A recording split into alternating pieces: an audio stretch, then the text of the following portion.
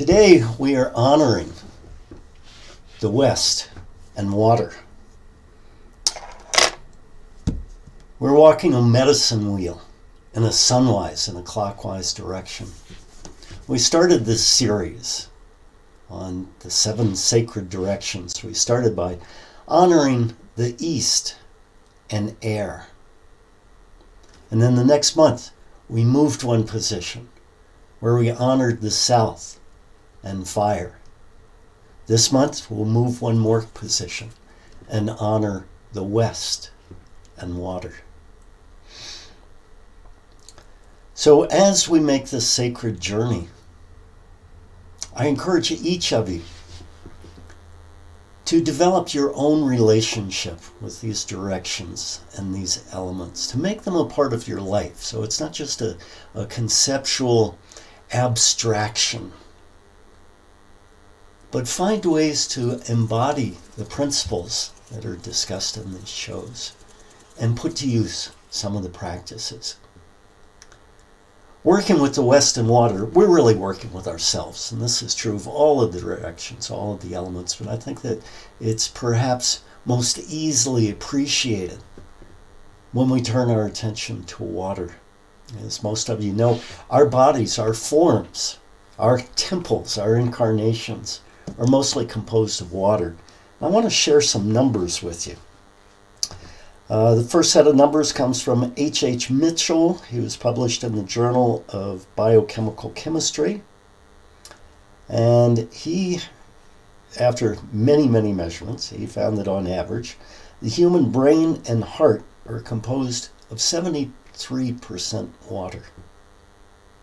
Our lungs are about 83% water. Even the skin, which seems so solid to the touch, is actually 64% water. Muscles and kidneys, even higher, 79% water.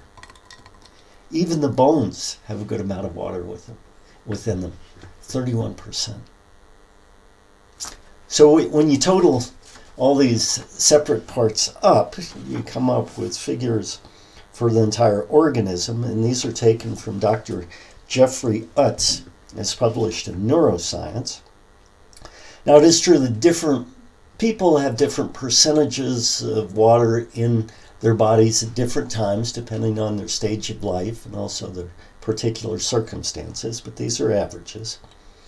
Babies have the most water. They're born at about 78% water. So far more water than solid. By 1 year of age, that amount drops to about 65%. In adult men, our bodies are composed of 60% water, whereas adult women have about 55%. So I'm sure you notice that all of those numbers, except for bone, which most of us think is completely solid without water at all of those numbers are above 50%. We are mostly water. We are creatures of water. And the more we realize this, the more we bring it into our awareness, into our daily consciousness, the more easily we can work with water. It's not a foreign substance. It's us. So let's do a grounding together in which we connect with the water within us, which you'll see will allow us to connect with the water outside of us as well. I ask that you close your eyes, consciously letting go of any energetic connections to chores, to current situations you're involved in, whatever you're doing right before you started to listen to this broadcast, just let that stuff subside. You can actually use the breath to fuel this. On the inhale, breathe in fresh oxygen, fresh energy, fresh light. And on the exhale, let go of anything that you don't need to attend to right now.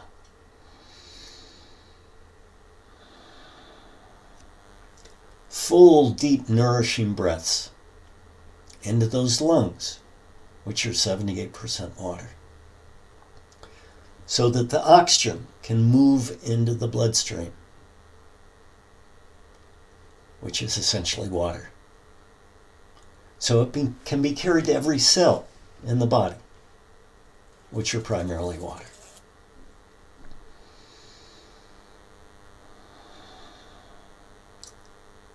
Feeling the goodness of the breath. How easy it is to come present when we simply place our attention on the physical sensations associated with breathing.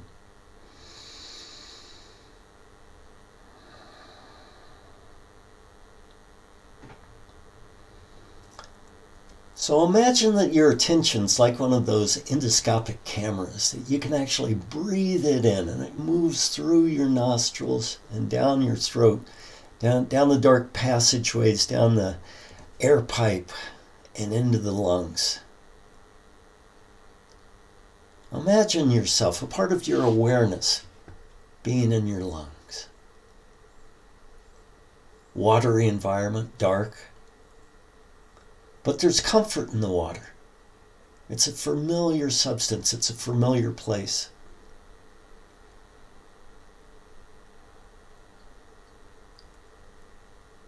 The motions of the breath create something of a tidal effect here.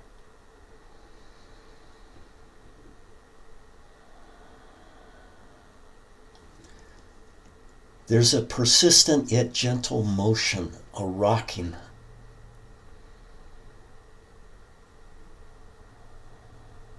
It's very soothing, very comforting.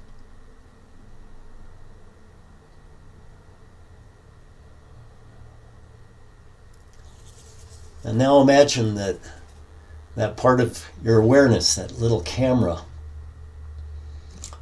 moves through some of the lining of the lung and is picked up into the bloodstream and carried to the heart. So feel yourself in the physical heart. Left-hand side of the chest. Again, you're in a watery container. 73% water. But here you feel that rhythmic pulsing of the heart. A drumming, a calling.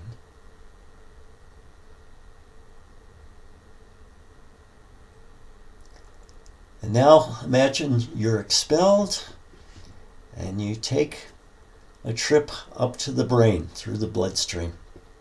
A little camera moving through the arteries and settling into the brain. Again, 73% water here.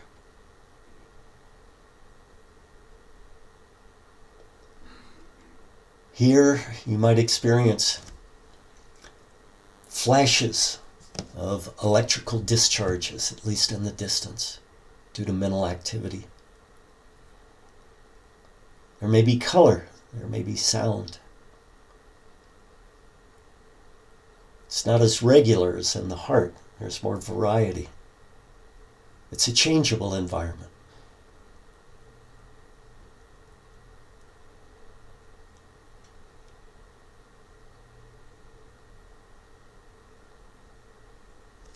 And now, shift that camera towards the skin of the scalp.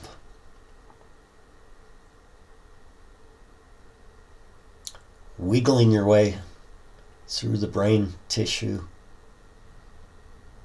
coming through the skin, 64% water.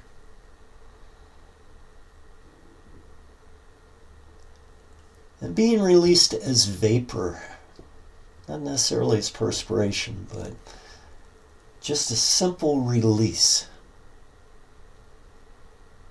of molecule of water, moving out into your energetic space, the space surrounding your body.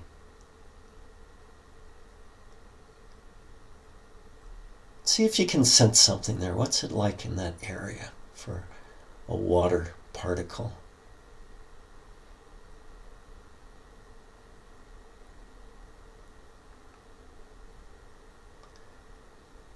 And now that particle moves upward. Imagine it just moving right through ceiling, roof, out into the open sky.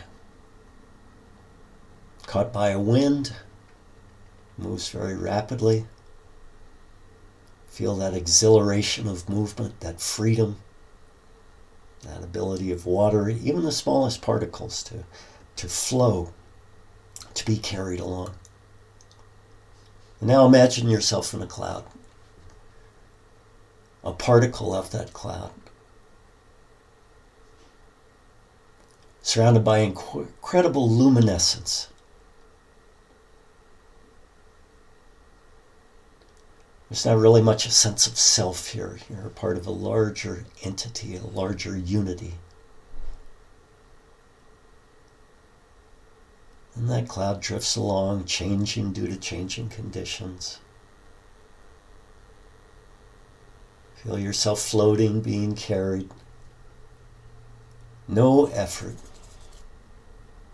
Complete relaxation. A sense of belonging, a sense of being at home.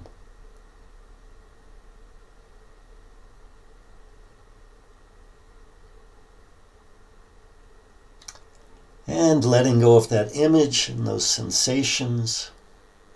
Thanking the cloud particles for sharing themselves with you. Bring your focus, your attention back to your physical form, back into your body. Again, feeling the mechanics of breathing, gentle in and out of air.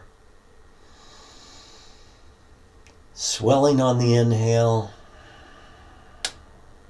releasing on the exhale. Moving your muscles a little bit, and slowly opening your eyes, coming all the way back.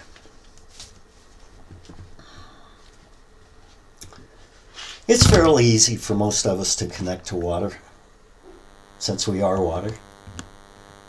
It's a self-connection, an extension of the self, though.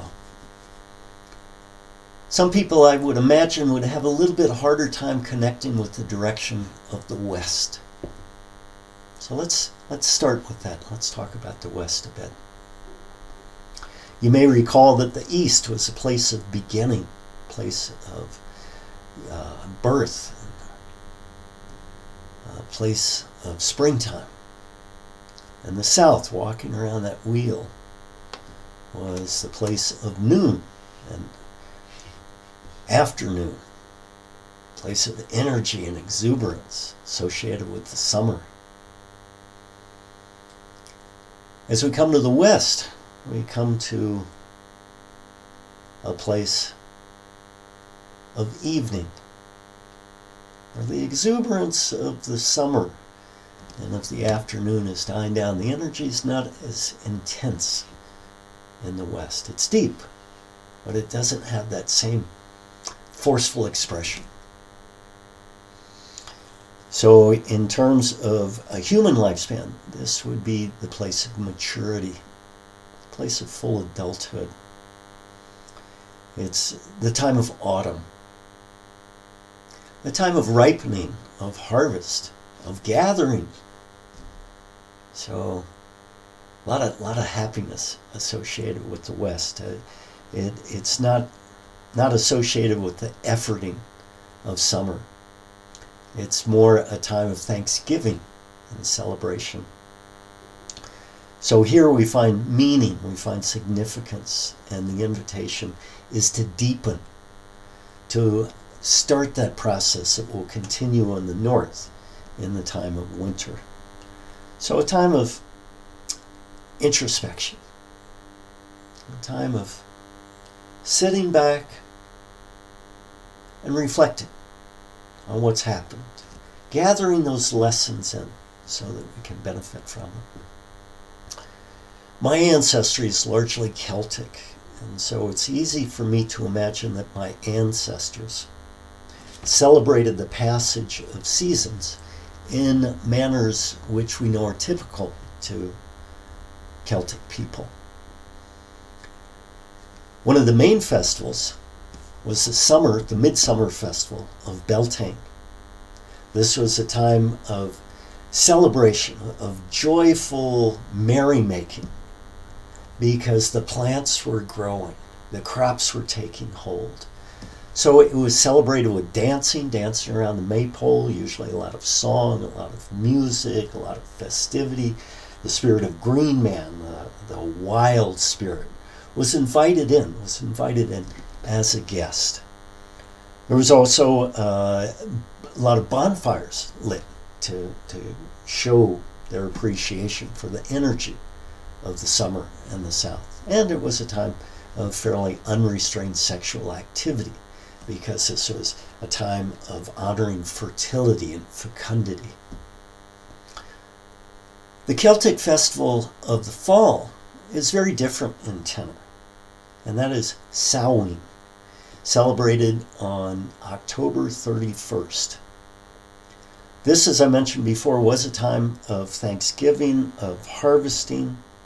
It was also the time of year when it was felt that the veil separating this world from the other world, whatever barrier prevented an intermingling of spirits, that barrier, that veil, was at its thinnest, its lightest, its least obstructive on October 31st. And so throughout the world, and not just in the Celtic nations, but throughout the world, festivals and celebrations and memorials developed as ways to honor the dead, especially a person's ancestors, be they in their own immediate family or clan ancestors. Many cultures see this time of the year as a time when those spirits can return in one way or another. And of course, in our calendar, the modern Western calendar, this celebration has largely become a thing for children for Halloween. It's a time of merrymaking, but oftentimes we don't honor the depth of that time. Interesting to note that the carved jack-o'-lanterns are representations of skulls that people used to put outside their houses, skulls of ancestors, as an invitation for them to come in and to partake of something of the daily life of that group. A lot of times when we look at the origins of the rituals we celebrate, we're a little surprised to see what they signify, what they used to mean in the past. But most times we see that there was a deeper appreciation, a deeper involvement in these seasonal rituals than we currently find. So associated with the West is the element of water. And water represents many, many things. One of the strongest associations is water and the emotional body.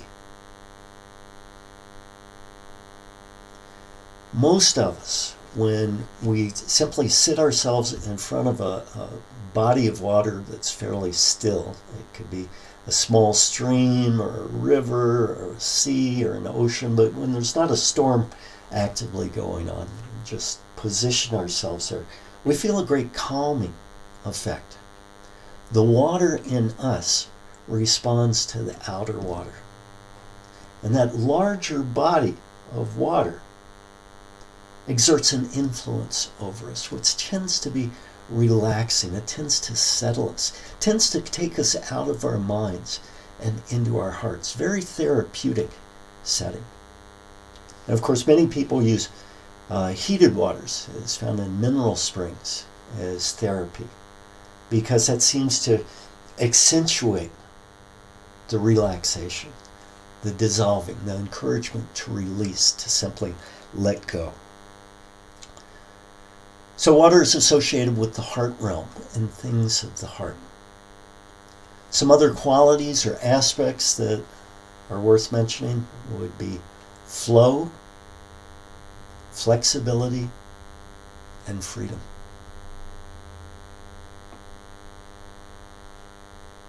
Water can be a great teacher.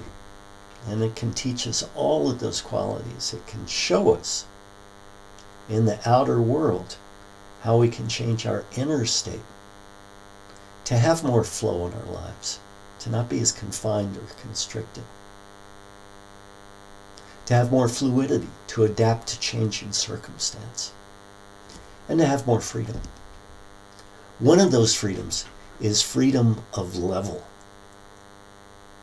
All of us are carrying on multiple levels simultaneously, but it seems like most people have a home level of consciousness that they not only visit regularly, it's almost as if they inhabit that space, that zone. Far too often people settle for a superficial level instead of going down, instead of plunging the depths, instead of taking that invitation from water to go deeper, to deepen our lives and our relationship to our lives. As I mentioned, the West is associated with introspection, so is water. You can do various merging exercises with water, and I want to mention one that I did this summer that had a very profound effect on me.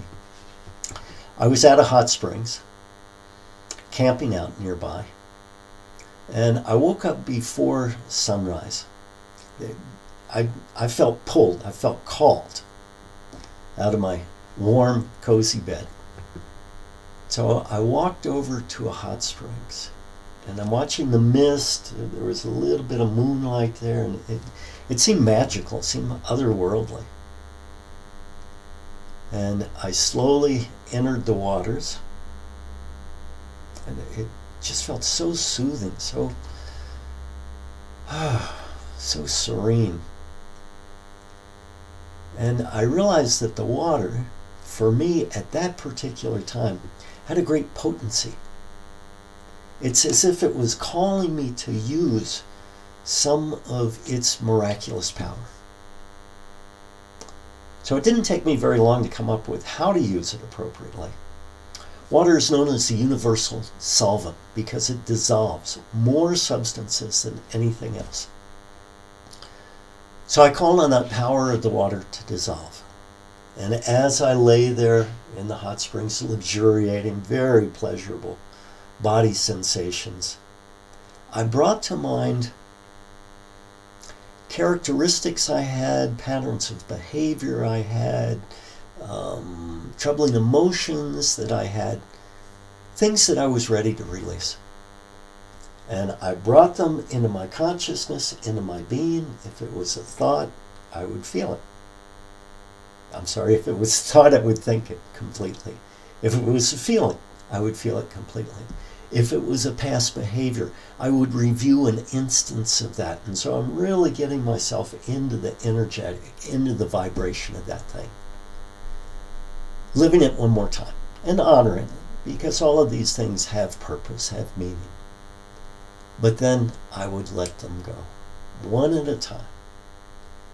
Being in the water, bringing them into awareness, giving them some life within me, and then choosing to release them into the water, where they would be dissolved, where they would be broken down into their component parts, and hopefully available for use, for something more constructive, more life-affirming, more joy-bringing than the use that I'd put them to.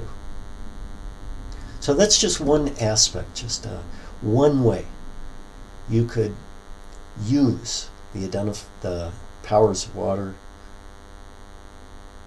use it as a place of release. Water has so many miraculous properties. If you're familiar with homeopathy, they introduce a substance into water, and then they continually reduce the concentration of that substance. And so let's say it starts out at a concentration of 10%, and then they break it down into 10 containers, and so it's 1%, and they break it down into 10 containers, and then it's 0.1%, and they break it down into 10 containers, and then it's 1/100 of 1%, And they keep subdividing until the medicine that was originally introduced in the water is no longer detectable. There might be some molecules in there, but instrumentation could not detect it. It's present in such a small amount. What's odd is it still has the therapeutic benefit. It's not dosage dependent. When I first came across this a few years ago, I dismissed it. I thought, well, that's ridiculous. That can't work. If there's no substance in there, how's the substance going to work? Well, I was overlooking something. It's not the substance that's working. It's the memory of the substance in the water. The water continues to hold that vibration of the medicinal that was placed in it, even when there's almost no medicinal left. So, powerful stuff, magical stuff. We take water for granted so much because it's so common, it's everywhere. Yet when we look at it as a substance, it's truly amazing. There's just nothing like water. Well, associated with both the West and water is the Archangel Gabriel. He is the Archangel of healing. And water is healing. Not only does it soothe our spirit, but it cleanses us in so many ways. I'm a first responder, and if we get a call and someone has an open wound, one of the first things we do is clean it off with water. Usually some saline, which is just salt dissolved in water. But we want to get the wound open so we can dress it. So we use that to clean it with. And certainly, I would imagine that for most of us, our major use of water, unless you're doing agriculture and a lot of irrigation, but our major use of water would be in cleaning things, cleaning our bodies, washing off our food, cleaning the cars, cleaning sinks, all those things that need cleaning. It's usually water that we use to do that. Well, we can also use water to clean ourselves energetically. Just when you're taking a shower, you can be doing one of those releasing exercises. Bringing something to consciousness and choosing to let it go, allowing the water to wash it away. We are indeed creatures of water, and we live on a watery planet. About 3/4 of the surface of this planet is water. The rub is that most of that is unavailable for most human needs. Salt water just doesn't do it very well for cleaning, for drinking, for irrigating. We need fresh water. And the fresh water is in limited supply. I've got a number here. Well, listen to this one. The total amount of water on Earth is about 326 million cubic miles of water. That's such a big number, it doesn't make any sense to me. 326 million cubic miles of water. I just can't imagine that. Of all the water on the earth, humans can only use about 0.3% of this water.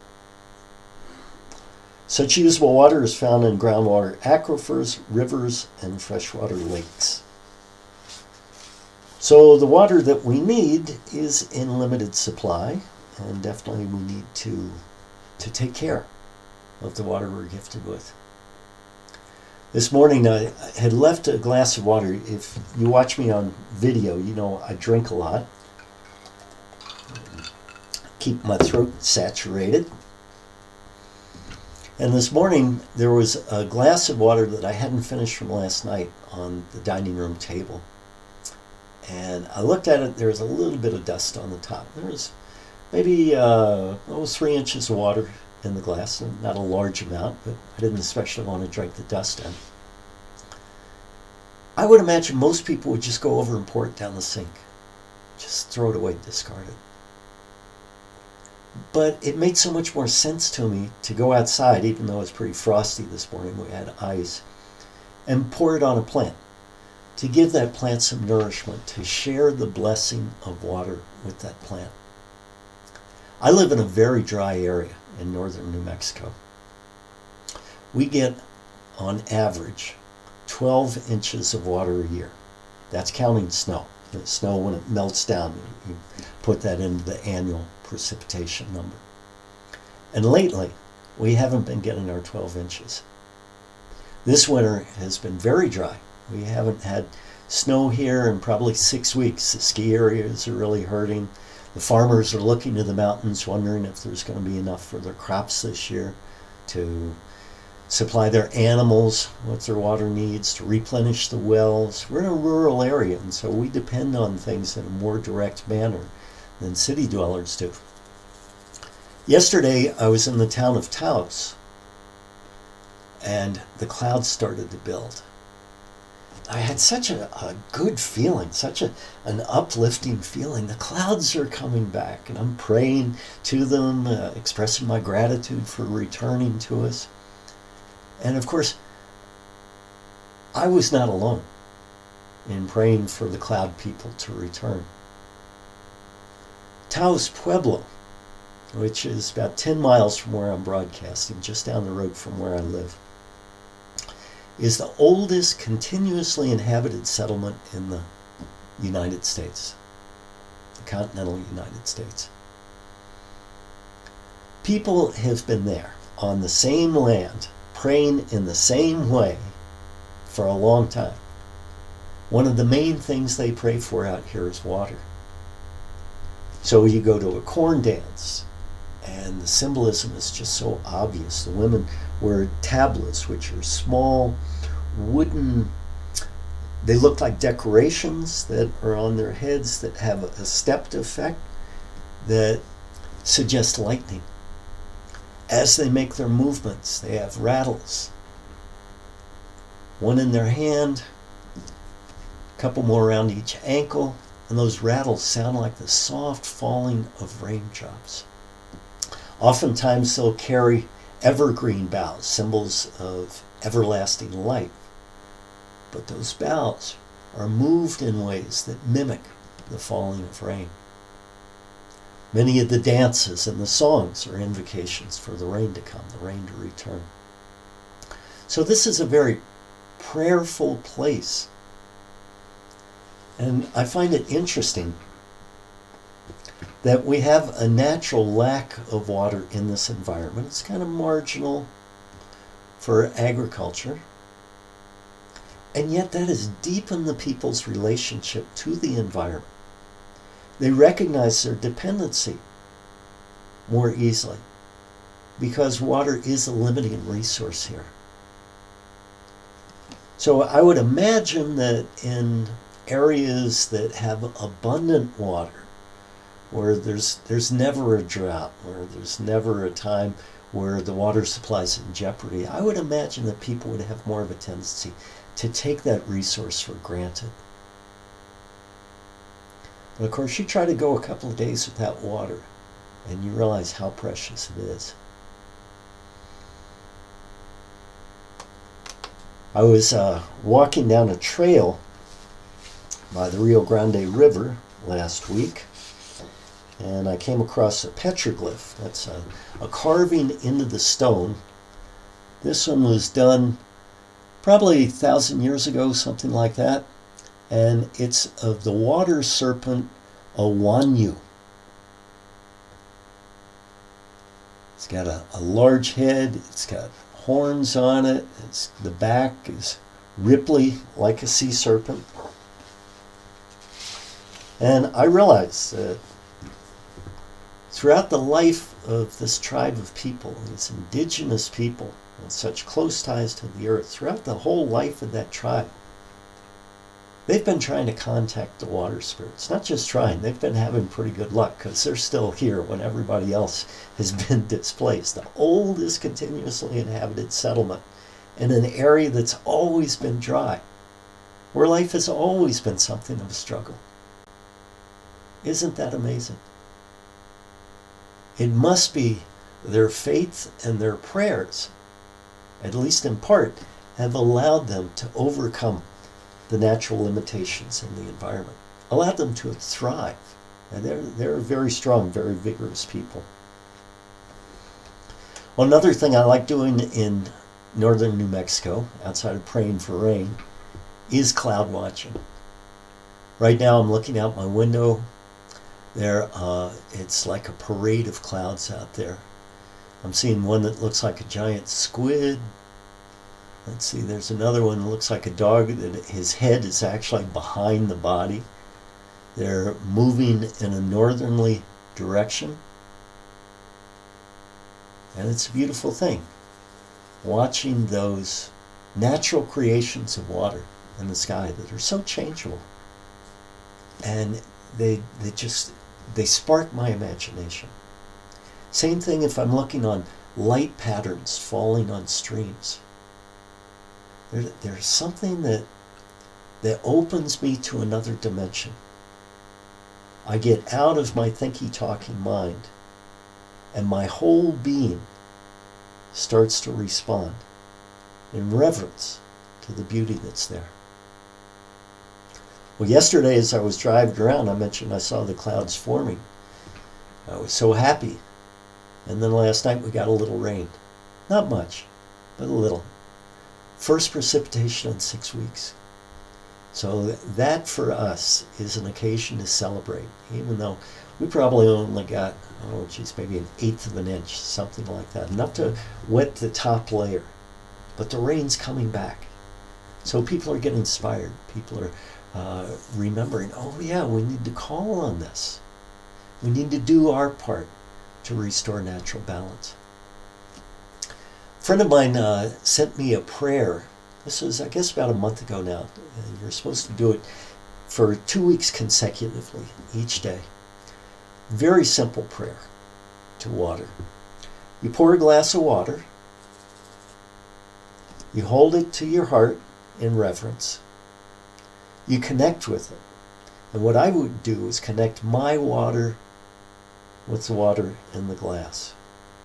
Close my eyes, go in, start feeling my water moving out, the outer water moving in, realizing it's the same substance, honoring it, both inside and outside. The prayer was for restoration of the natural water cycle, the hydrologic cycle.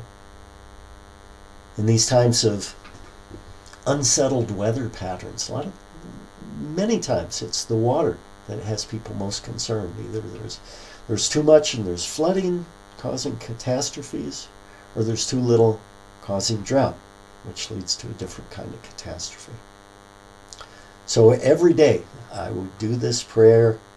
I'd spend 5, sometimes 10 minutes with it, sometimes really going in, really feeling it, my reverence for the water, admitting my dependence on it, asking in an honorable way that it come back, calling it back as a friend, extending that invitation. Please come, please bring your nourishment, please bring your blessings. The people are thirsty, the plants, they need a drink, the animals need your presence in their lives. And then I would go out and pour it on a particular plant, and in doing so bless that plant, not only with the physical blessing of water, but with all the prayers that it contained as well. So a lot of ways to honor water. You may have heard of the work of Masaru Emoto, a Japanese scientist who wrote The Hidden Messages of Water. I first came across this in the movie What the Bleep, which is a great flick. And Emoto would take different samples of water, treat them differently, then freeze them and take pictures of the crystals. And some of these crystals are just, they're so beautiful in terms of their symmetry, their elegance. A lot of the designs he recorded are very simple. They're so striking. Some of them have a lot of detail to them. Just beautiful work. And a lot of variety as well, a lot of different types of crystals. But those beautiful, symmetrical crystal forms that open our hearts were of water from natural sources that was respected, that was honored. When he took pictures of water from polluted sources or water from pure sources that was exposed to negative vibrations, oftentimes the crystals were malformed. And even if there was one arm that looked like, oh, that would have been beautiful if the rest looked like that, the rest was distorted and compressed unnaturally, twisted, grotesque forms. One of his experiments, or a whole series of experiments, had researchers place water in containers. And this was water from the same source, and they'd be in containers. Researchers would come in and project anger into one batch and love into another. Well, the water exposed to the loving vibration tended to have beautiful crystals. The water exposed to the hateful energies tend to have distorted crystals. Very interesting work. So what I did is I got my own bottle. I didn't feel like I needed to reproduce the hateful negative vibrations. So on this bottle, I put little post-its with different words, feelings. One is gratitude, one is joy, one is love.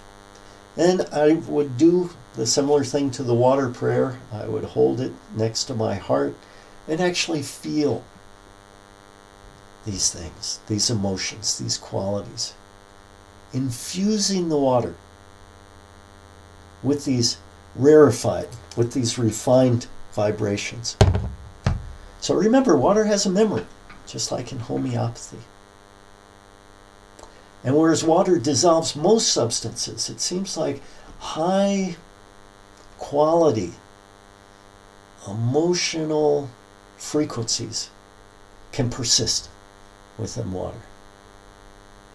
So I placed my bottle on a special altar surrounded by crystals to amp up the energy, other power objects, and I would drink from that water every day. I'd drink 2/3 of the bottle and then fill it up again, feeling that, well, if I let some in, just like homeopathy, that would sort of be a seed source for the rest of water. The rest of the water would be influenced by the vibrations that were already there, and continue to send prayers as well. So that water, I'm blessing the water, and then the water's blessing me as I drink it. I did that for 2 months. And I must say it really deepened my relationship with water. I feel more of a kinship now than I did before. And I'm thinking that this summer, when it gets dry here, when it's really hot and dry, I'm going to do that again, just to see what effect it has. It's a good way for me to express my heart. And it's an interesting energetic exercise to see. Do you really feel an enhancement from this? And if so, what does it feel like? And how's it manifest? Does it have the power to change behavior? Does it have the power to bring us into balance? And does it have the power to heal? Because remember, that's a basic property of water, healing. So a lot of different things you can do with water, both to honor it and honor yourself. I want to read a prayer to the West. And I ask that you close your eyes for this so that you sink into the feeling, because remember, water is associated with the feeling of something. So the words are beautiful, but it's really the feeling that we want to transmit.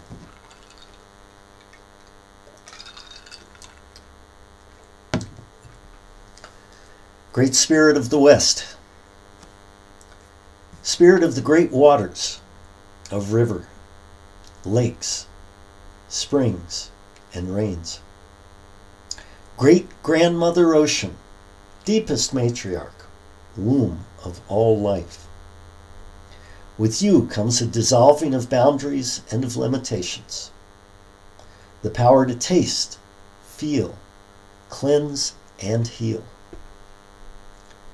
Great blissful darkness of peace.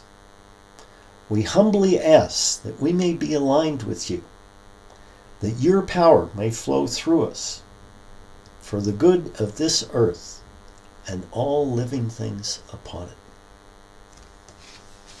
it. Powerful prayer.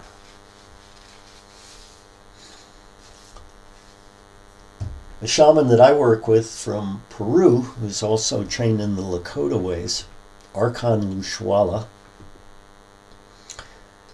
tells a story of a retreat center he was working at that had a central fountain. He would encourage people during the retreats, the workshops, the gatherings, to pay homage to water there, to give it their respect, to use it as a place of connection with the water. So you can imagine a lot of high quality energy is being exchanged at this fountain as people are opening themselves to their own healing powers, as well as to the healing power of the water itself. Now, he noticed that wild animals would be attracted to the fountain to drink from it. And that's not unusual in an arid land like ours. They'll come in for water, even if they're a little shy of humans. The water is such a powerful attractant that they need to go for it where they can find it. But what was surprising is by looking at the tracks in the dry soil, he started to realize that the animals were coming in the greatest numbers. And these are including cougars, mountain lions. They're coming in right after big ceremonies. It's as if they could feel the vibrations going out, that these people are okay. These people are in balance. These people are not seeking to injure us. That's a place of safety. That's a sanctuary down there. That fountain is a safe place. And so it's odd for me to think of mountain lion, which are very shy creatures. For the most part, they don't want to have anything to do with humans. It's a mentally unbalanced mountain lion that deliberately initiates contacts with humans, because the results are usually, that mountain lion dies, doesn't last very long. That they would actually come in to the middle of a retreat center after a big ceremony, after they'd been dancing and singing and rattling, drumming, a lot of noise going on, a lot of energy. But apparently it was that energy that attracted them to the water. Quite possibly, the water magnified that energy. Remember, it's a good holder. Holds that information. And in some way that science can't explain yet, the animals could sense that from afar. Animals are much more in tune with their energetic bodies than we are. It would be very interesting to research a culture where people from earliest infancy are encouraged to own and to inhabit their energetic fields like animals do, instead of to concentrate our efforts on mentality, on language acquisition, on social skills that ignore the energetic component. It seems like our genes, our inheritance is still intact. If only we would create supportive, nurturing environments for those qualities to be nourished.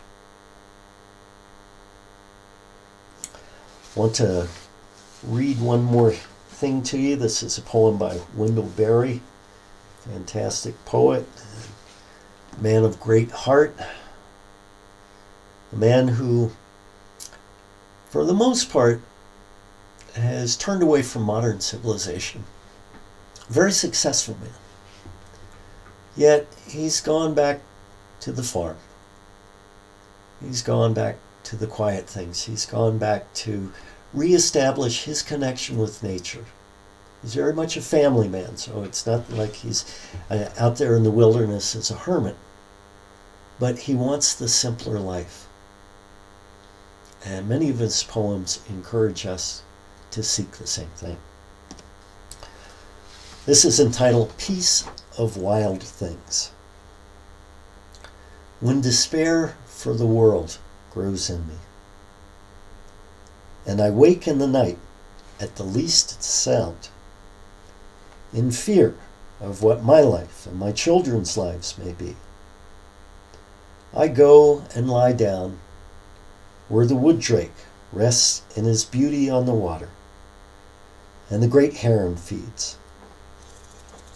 I come into the peace of wild things, who do not tax their lives with forethought of grief. I come into the presence of still water, and I feel above me the day-blind stars waiting with their light. For a time, I rest in the grace of the world and am free.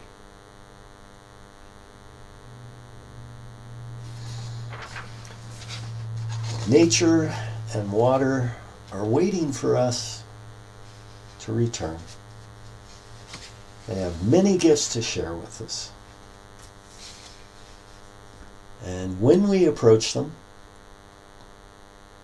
with awareness and respect and gratitude, they open up without reservation. So I invite you to explore deepening your relationship with water in the months to come. Feel into it. This follows a familiar pattern of just a couple of short steps. Check yourself out. See where you are energetically. Just take stock, take note, come up with a couple of descriptive words, maybe something to describe mental state, maybe something to describe emotional state, might be a couple of sentences, maybe even a short paragraph. You don't need a long analysis, but something to serve as a marker, as a benchmark. Maybe even write this down. And then do an exercise with water. That exercise can be sitting by a body of water. Or it can be connecting with water in a glass or in a cloud. It can be saying a prayer to water. It can be feeling the water inside your body. It can be making connection with the water outside of your body. Water vapor always present in the air. It can take any number of forms. After you do that for whatever period of time seems right to you, but I would suggest at least 10 minutes. Let's say 10 to 25. Then again, sink in. Take stock. Make note of what you're feeling, what your thoughts are like, what your emotions are like, what's your general state of being. And in this way, determine for yourself what effect water has for you at different times. It's so simple that we take it for granted. But water has the capacity to deepen us, to enrich us, to bless us, and to heal us. So I hope you take advantage of that. Well, next month on this show, we'll look at the North and Earth, finishing our circular medicine walk. Of course, Human Spirit Radio has many different offerings. We've got 5 broadcasts each month. Most of these are on Friday afternoons at 2 o'clock Pacific. So you can reserve that time. But of course, we make it so easy for you because all of the shows are archived. Most of them only on audio. And as you probably know by now, mine's available as video as well. You can access all of these recordings at the Human Spirit Radio archive site.